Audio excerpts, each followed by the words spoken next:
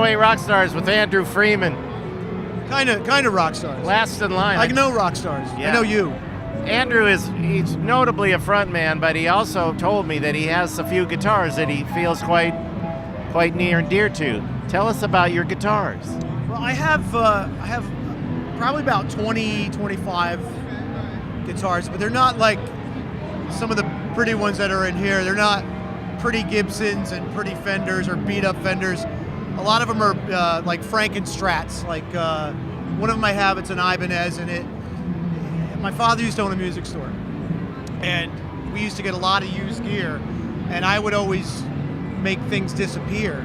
And he'd come home and say, "What does this do in here?" Like, well, I wanted to play it, whatever. And then he'd end up, I'd finagle it to become mine. So I had this Ibanez that I didn't play for a very long time, and it was gray, and it was terrible, and it had this crazy 5-way switch in it that was push buttons. So what was cool is you could have like any combination of pickups that you wanted to use. You know, because usually they have a 5-way switch that's like on a dial, like a half a dial. So you couldn't run like the bridge pickup with the neck pickup. With this, you could run any combination, and that's what I loved about it. But I ended up sanding it down and taking all the paint off of it, and I would take it to shows, and I would let anybody write whatever they wanted on it. Like I didn't want like ROCKSTAR autographs. I wanted like just random people to write their thoughts, you know, and just whatever struck them. I hand them a Sharpie, and Like graffiti. like graffiti in a sense. But it was, you know, it kind of got special to me when there was a bartender at this bar I used to play in Massachusetts all the time, and she signed the back of it, and then she passed away like 2 years after. So I still have this little message from her saying that she basically was in love with me, and you know, and I loved her too. But she was much older than me, and so I still have it on there, and I'll never sell it. I'll never get rid of it. It's not worth much. I don't play it very often Worth anymore. something to use. But it ended up going into the Hard Rock Cafe in Vegas for a short amount of time when we had the Rock Vault display there. Right. But it's nothing special. It's just a sanded down wood, and it has all this just beautiful graffiti and my friends' thoughts and ideas and whatever else, and I love it. And it needs a little work, but I love it. I love having it It's around. more a piece of art than it is really an instrument. Yep. So what do you like to play when you're like last in line? What do you play in performance? I don't play any guitars in last in No, line. you just front. You Yeah, but sing. we do it when in the studio when we're writing. Yeah, I'll grab usually an acoustic, because I'm trying to get over top of everybody's amps and wanting to be the attention whore that I am. So yeah, I'll grab an acoustic guitar. I have a 12-string Crafter that I play a lot.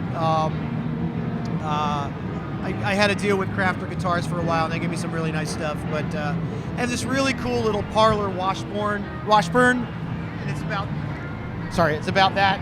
It's really tiny. It's a Parlor guitar, they call it, and Parlor? yeah, I believe it's a Parlor. They call it a Parlor guitar, and it's tiny, and it's super loud. Ian Anderson plays a little Parlor guitar. Yeah. So it's kind of like that, what Ian Anderson would play, but it's super loud, and it's just very resonant, and it's always in my studio. It's just always an arm's length away, so I can just, you know, if I'm doing whatever and I got an idea, it's figured out on that. So that's one of my favorites too. That's what I'll use to, you know, get my ideas across to everybody. So that's the one you write your songs on. My ideas and my demands. Yeah. I write a lot of songs on that one. Yeah. But I think any guitar, I would always say when you get a new guitar, it's always worth about 5 or 10 songs, you know, because they're all different, and I'm sure you've heard that. They're all different. They all play differently, and there's crap ones, and there's great ones, and there's just phenomenal ones. There's middle of the road ones.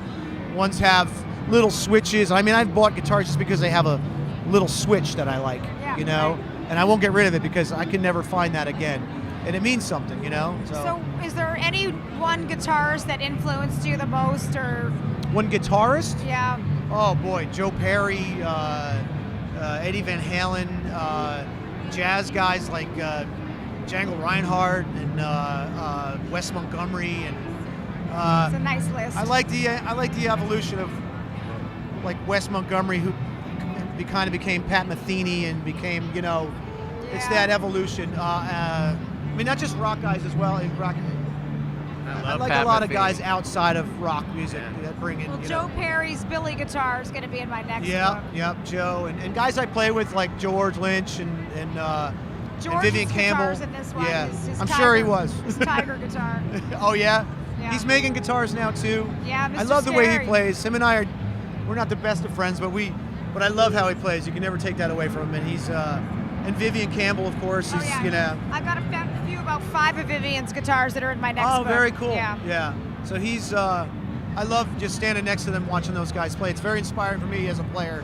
I started as a guitar player, and now you know, being a singer, I get to stand next to these guys and just get, you know, as a fan, I get to, you know, pick up every little trick, you know. And then when we're writing songs with them, when I'm with Vivian, I just tried to trick him into thinking that he played a guitar solo on it, and it was me. It's like he got it for like maybe a second and a half. And he's like, "That's not me."